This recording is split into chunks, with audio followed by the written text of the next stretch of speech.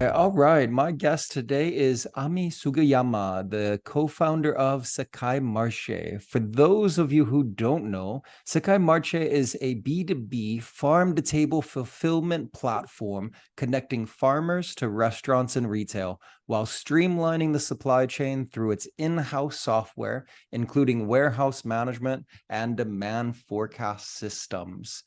All right, thank you very much for being here today, Ami. Great, great. How are you, Kevin? Doing very well, doing very well. So I'm always curious with every entrepreneur. Take me back to the beginning. How did you decide to become an entrepreneur? And how did you decide upon launching Secai Marche? Yeah, it's gonna be a long story. Like I think 30-40 minutes is not enough. But anyway, I wanted to be a entrepreneur like when I was like very small kid already. I don't know why, but maybe my family has some like entrepreneurship as well. But um first of all, I think about 10 years ago, it was the first time to have my own business. At that time, I had started to export the Japanese green tea from my hometown because I wanted to do something I can contribute to my hometown. So I decided to start to export my Japanese green tea from Japan to overseas. And then that was my first experience of my own company, as well as into the C market, the Southeast Asia market. Yep. And after that, I've been doing in this F&B and then the supply chain industry over 10 years. Yep. And so how was that experience in exporting that drove you to continue on and kind of shift your focus towards building a platform like Secai Marche? Yeah, like about 10 years ago when I started to do my own tea business, it was not easy to match the supply and the demand. So first of all, I started to source the Japanese green tea from farmers in Japan, and then try to build the supply chain direct from the farm tea farmers to the restaurant in Malaysia. And then at the same time, I was running my own restaurant and cafes in Kuala Lumpur, Malaysia. And then I found out it was not really easy to find the products that I want from the restaurant.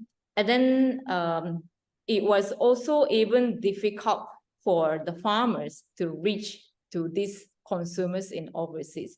So as a middleman and then as a restaurant owner, and then I felt that supply chain from the farm that produces to restaurant is very complicated. So that's why I was thinking like how we can like match this supply and the demand, and then can contribute more to the product producers, the farmers, and then the restaurant. Yeah, this is the first point like I across to, and then that I like started to look into the supply chain in Southeast Asia. Yep.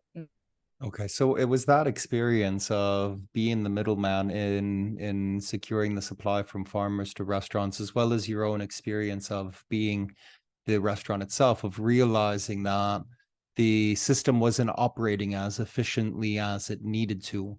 And that was kind of the impetus in order to give you the idea of creating those systems. Am I understanding that? It was kind of like ongoing. So when I started this like tea business, then I actually like immediately found out these kind of pain points for the farmers and for the restaurants. So I started to consolidate some of the like the products to like from Japan to consumers. But if I was doing my own F&B business, it was a bit hard for me to consolidate more products because we compete with the other restaurants. The other restaurants, they don't really want to disclose their ingredients or what they are using. So that's why I left this after few years. I left my tea business and the F&B business to the other Japanese company, and then I joined one consulting company. Deloitte is a consulting company because they were doing like a feasibility study on the supply chain for the consolidation trading from farmers in Japan to Singapore. So yeah, that's where I joined after my first business. And then after the consulting company, I came to my current business, Secai Marche, together with my founder in front of me. Yeah. Yes. Okay. And at what point along this journey did you move to Malaysia? You're currently residing in Malaysia. The operations are here in Malaysia. At what point did you move here? For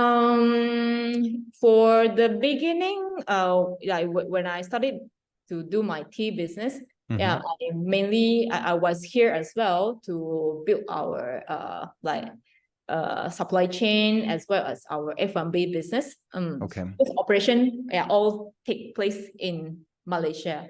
And then after that, since 2018, for my Secai Marche, here we actually for the first year, second year, I was back and forth. Japan, between Japan and Malaysia. But now our 100% market is to sell to Malaysia, the Southeast Asia market. Japan has the main function of the system R&D, system development, and sourcing. So all the markets we sell to is to Southeast Asia market. So I more spend like time here in Southeast Asia. Okay. So let's take a look at the beginning days of Secai Marche. So you were out, you had your own business, the export business and the F&B. Then you moved on to Deloitte. So then you start deciding, hey, I'm going to launch Secai Marche with your co-founder. What was the MVP? What did the very first product that you came out with look like? What was the key feature that you thought was the most important first step? The first step, when we were seeing this market, even when we were doing the consolidation from Japan to Singapore, we have already known that the main pain point for the farmers is a fulfillment. Then, however, what we've seen in the market is to have the B2B online players only providing the order processing and the payment function, not for fulfillment services. So there are many B2B online players, they provide order processing and the payment functions. But this is not enough for farmers, especially they want to sell perishable products. Because if you sell, maybe example is if you sell cosmetic, you can use current logistic players like GDEX, Baju. You can use that players to send cosmetics. But if you are the farmer, you produce lettuce, tomatoes, you can't use current logistic players like GDEX or Postlaju to send the goods, even though Lazada, Shopee, those e-commerce players provide the platform for you to sell with the order processing and payment function. So this is what we've seen in the market. So that's why we started to provide end-to-end fulfillment solutions to actually connect the farmers and the end users. Okay. So then you decide on that, and then when you need to get the network of farmers in order to be able to have the supply side of the equation, what were those first steps on getting farmers on board? And did you have to do a lot of travel through the country, or maybe a couple of trips up to Cameron Highlands to the hill stations and those sort of things? What were those first steps?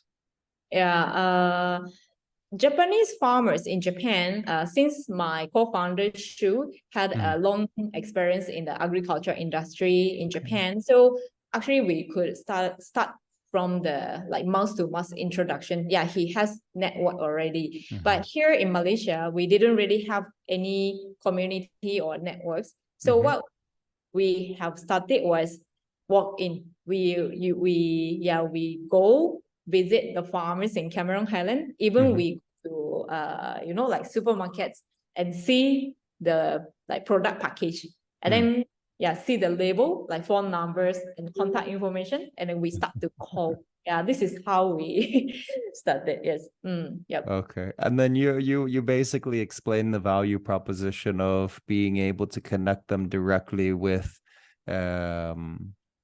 the restaurants and retailers and the additional end-to-end fulfillment tools accompanying it, right?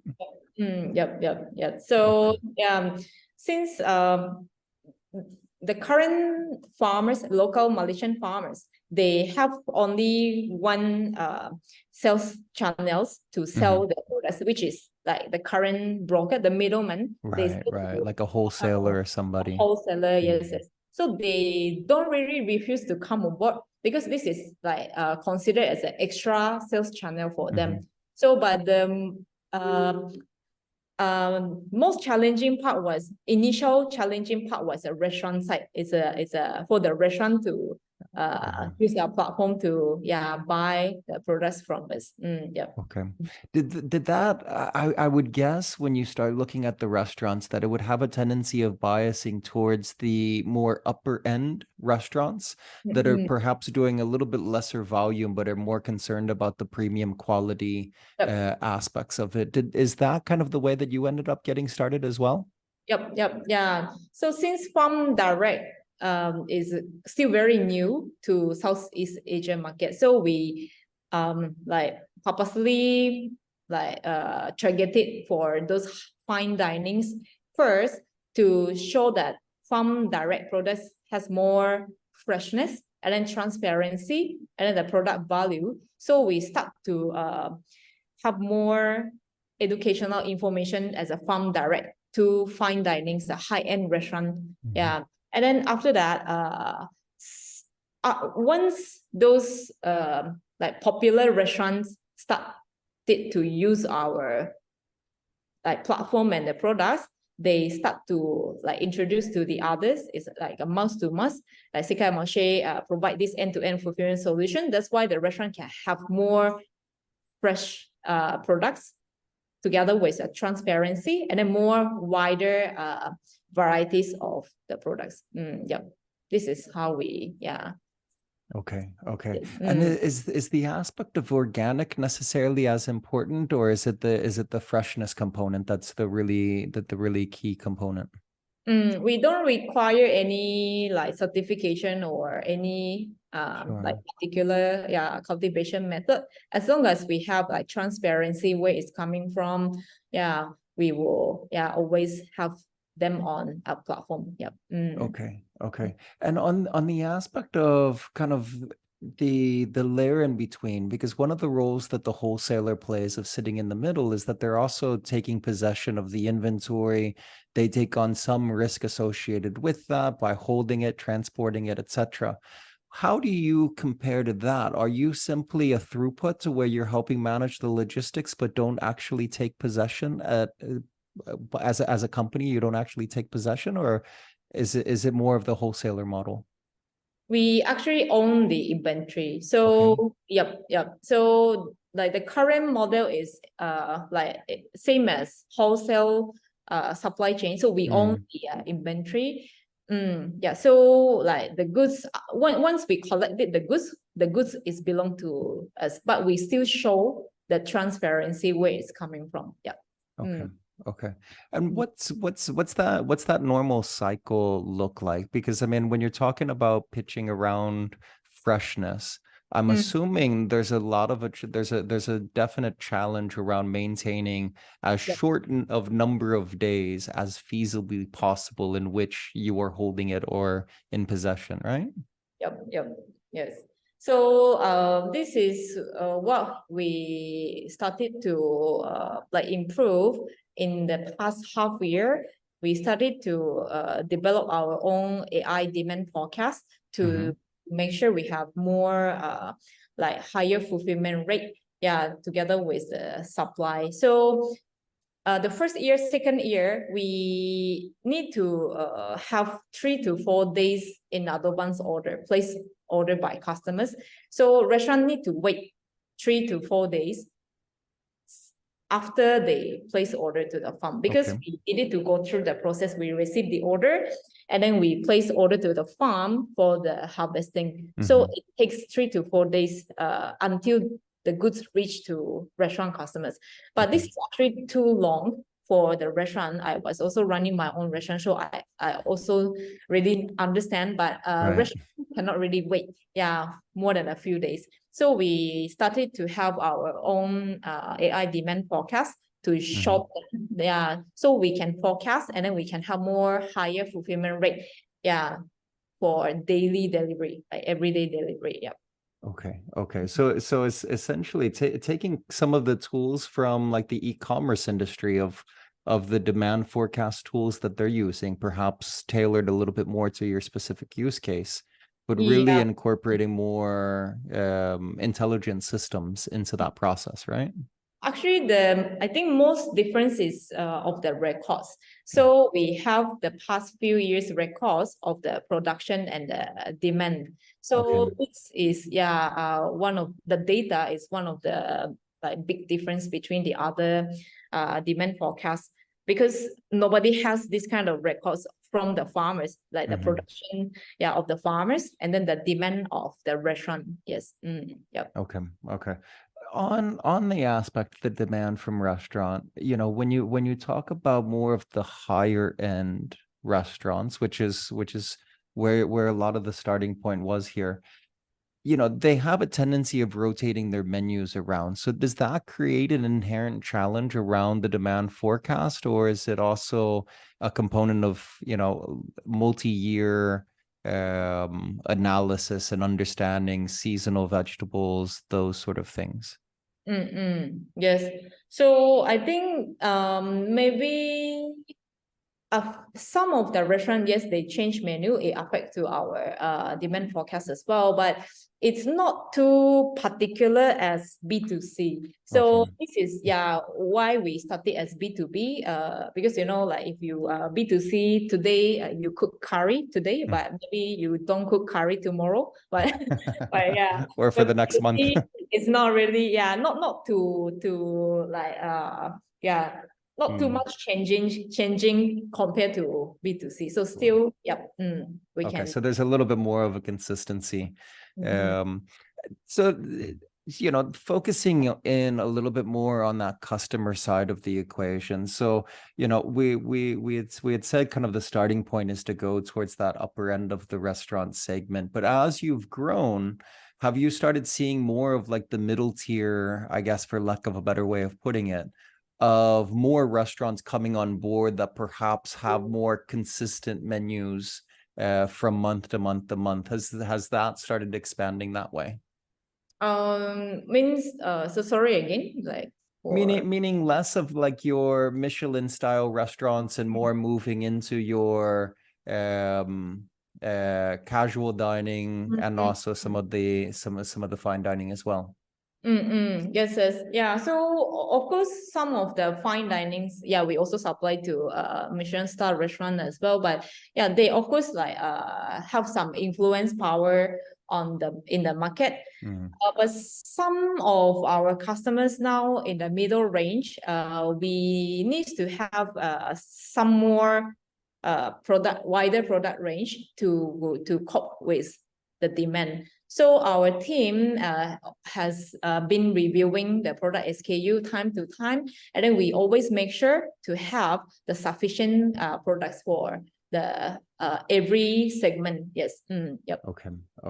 And what about retail? It's you've expanded into retail as well. Is it large chains? Is it small particular shops, or what how did you get your start into expanding into retail? Tell me that story. We actually have started from the supermarket retail for the beginning. Yes. Okay. So because retail is more stable, consistent like orders, the demand. So it was easier for us to build the first supply chain. So this is how we have started. But once we had the major brands of the supermarkets in Malaysia right now, we use them as our like branding. So because retails, we can't really have like more than 1,000 of product SKU anyway. The shelf is very limited. So, and then our aim is to contribute to the end users, like business consumer and end users. So ideally, we do not really want to go through other middlemen, which is retail. So yeah, the best is to contribute maximum to the consumers. Yes. Yep. Okay. Okay. Yep. When talking about the variety of produce that you are able to supply via your platform, is it for the Malaysia market specifically? Is it primarily Malaysia grown products, or are you also helping to facilitate imports of products, whether from perhaps Japan or Australia or neighboring markets like a Thailand or somebody? Yes. Currently about 30% come from Japan, and then the rest 70% local Malaysian products. We have a few percent still import like buy from the other suppliers, imported from China and the other countries. Major products come from Malaysia. 70% around, yes. Okay. Yep. Okay. And what's the range of produce? It's primarily on the vegetable side, or is it also within fruits as well? We have over 20 categories right now. So we have egg, vegetable, chicken, seafood, meat. We even have like cheese. Recently we have one home baker that she's making the cheese and the cream. Okay. And then we even have some like this like sanitizer company. Okay. Yes. So but majority, I think the perishables are over 60-70%. But for the rest, 30-40% are non-perishable as well. We started as vegetable, fruit, but we expanding to egg, chicken, seafood. Yep. What was that process like? What prompted you to say, let's expand into chicken, seafood? Was it receiving feedback from customers? Was it seeing an opportunity? What was that logic? Mainly, yes, it's coming from customer demand, so market in, yes. So when we service to the current customers, they always like ask us like, do you have this, and then do you have that? So we also started to like source more products on the platform, so it could be a one-stop solution for them. This is from my own experience as well. Like when I was running my own shop, even though I had only a few restaurants and cafes, it was a very small restaurant, but I needed to deal with more than like 20 different suppliers. So if I buy rice, I need to deal with rice supplier, and then if I buy chicken, then I need to deal with chicken supplier. So I need to like have very different order processing way. And also I need to proceed individual invoices, like 1 month is more than 100 pieces of invoice. This is very troublesome for us. So that's why we would like to make it more simple for the restaurant, so they can have more like transparency, and then they can have wider choices of the production products, but they still can be more easier to process the orders. Right. So it removes some of that administrative burden that the restaurants have to go through by managing, instead of having to manage 20 different suppliers, 20 different invoices, recording in your books, making sure that you're on time with payments, all of those different components. Instead, it's just one single invoice, one single supplier that then does the legwork of consolidating and aggregating the network. Okay, so you've expanded the product selection. As far as operating markets, is it primarily Malaysia and Japan, or have you entered into additional markets as well? Now 100% is in Malaysia, and we've just started to expand to Singapore. So yeah, we are expecting to have some more like expansion in Singapore in the next 3 months. Yes. Okay. And is the strategy of entering that market pretty similar to how you got your start here in Malaysia as well? Yeah. Yep. So since we cover more than a few hundred farmers in here, like in Malaysia, so we hope that we can distribute more like current farmers' products, yeah, to have more sustainable income for the farmers in Malaysia as well. And then we've seen the same issue for the farmers and the even suppliers, which is fulfillment for the perishable items. So we hope that we can use our own warehouse system, logistics system, to optimize the supply chain for the perishable items in Singapore market as well. And is the expectation that it would mostly be exports from Malaysia going into Singapore, or would you actually need physical space in Singapore, or a local warehouse or anything?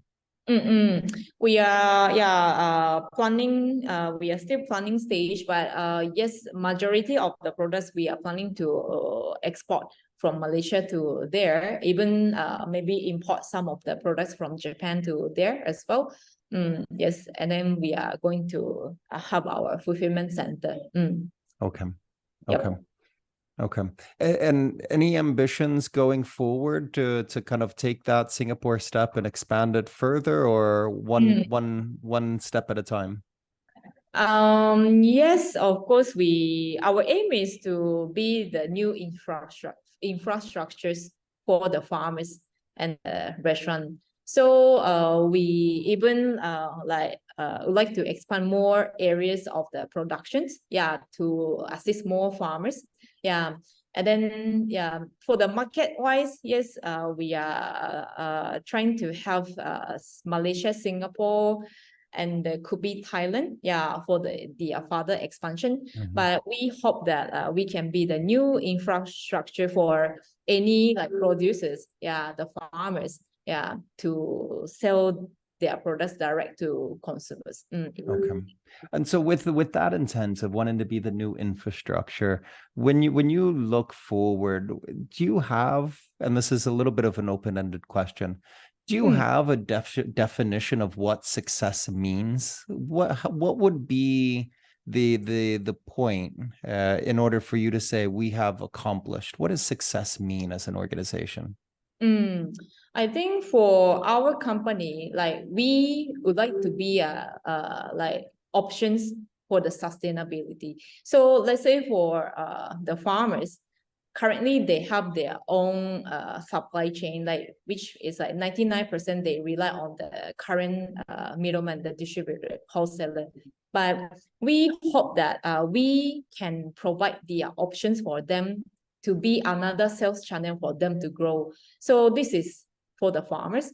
And then same goes to the restaurant. So in the market, from my view, here Southeast Asia, still the product availability is very limited compared to Japan. Japan, we have many variety of the products. Yeah. But here, even though we have many more varieties of the products, but the products is very limited because of the supply chain. So I am willing to provide more options, yeah, with more varieties of the products for the restaurant, even though you don't buy this one, but I would like to provide the option for the market. So people can choose, and then people can think about like new menu, yeah, and then they can have more sustainable income for the restaurant. So this is the options we would like to provide for the sustainable business for farmers and for the restaurants. Okay. Yeah. There's definitely no shortage of farmable area. There's no shortage of any of that, but certainly there's definitely a pain point centered around that supply chain where the options just aren't as broadly available because of the distribution component, right? Yep, yep. And then Okay. we really need to do the optimization on the supply chain. Otherwise, like even we could provide these fulfillment solutions, but if we ourselves cannot be sustainable, to run for the long term, then Mhm. it's no point. So we do this optimization with the lowest cost of delivery, to this to let this supply chain be more sustainable, so we can Secai Marche can continue to provide this infrastructure for forever for everyone. Yep. Okay. Okay. As you expand, when you continue to increase the amount of demand for products, there's a balancing component on the supply side. I'd be curious to know how you validate suppliers that you bring onto the platform so that you can ensure quality control aspects, good experience for the restaurants, etc. How do you onboard new farmers? At this moment, we don't have very strict any criteria for Mhm. them to be reviewed. Yeah, but a few criteria we have is maybe like the products they have, and then the cultivation method, and also we monitor like fulfillment rate. Yeah, how much they can fulfill the goods once they started to sell their products. But so far we don't really set any like very strict criteria for them. But the services we monitor time to time, especially for the fulfillment rate, like how much the farm can fulfill against our orders. And also some of the like responsiveness, all those. Yep. Yep. Okay, okay. Mhm. I mean, this has been a really fantastic conversation. It's been great, kind of navigating through the evolution of the company and what you guys are doing in order to solve this supply chain problem. I want to wrap up here with a couple of closing questions, the questions that I ask everyone. And the first one is, what is a tech tool that you just cannot live without? I'm very manual person. I can live without tech, I guess. Maybe now it's I don't know, what's like a WhatsApp. Maybe in Malaysia, Yeah. as you What's know, WhatsApp WhatsApp without is a doubt. You can't the communicate in main. Malaysia without WhatsApp. Yep. Yeah, WhatsApp could be the one. Yeah, now. Yeah, I hope I don't have to use, but yeah, I need to use every day. But yeah, I think yes. WhatsApp, and now it's a LinkedIn. LinkedIn also one of the, I think. Yeah. Those are two of my constants. I seem to be regularly there as well. Let's Yep. do the second question here, which is, if you were to talk to another startup founder that's just getting started, what would be the biggest piece of advice that you could offer? Mm, I think one thing maybe, we still very small startup. I don't really have a lot of things I can advise, but yeah, maybe one thing is maybe the business sustainability. Like Mhm. we've seen a lot of startup company here is maybe they chasing the top line, but actually, like after the COVID, we've learned that the unit economics is kind of like very important for the Mm. sustainable business for the startup company. So of course, yes, we the startup company, we should always chase the top line, but we also for us, at the same time, the very important is to have the good unit economics to be sustainable as well. So this is one of the things. I think I've even learned from the Yeah. COVID time. Yes. Yep. I think that's great advice. I think too many founders for too long were under the growth at all costs mantra of just burn cash, and eventually some point profits will come. And unfortunately, you can go through the list of unicorns in the world, and there's quite a few that still just haven't gotten there. So certainly sustainability in today's climate, post-COVID, all of that. I think that is very wise advice. Ami, again, thank you very much. This has been a very enjoyable conversation for me to hear about what you're doing with Secai Marche. Thank you very much. Thank you very much, Kevin. Nice talking to you. Nice talking to you as well.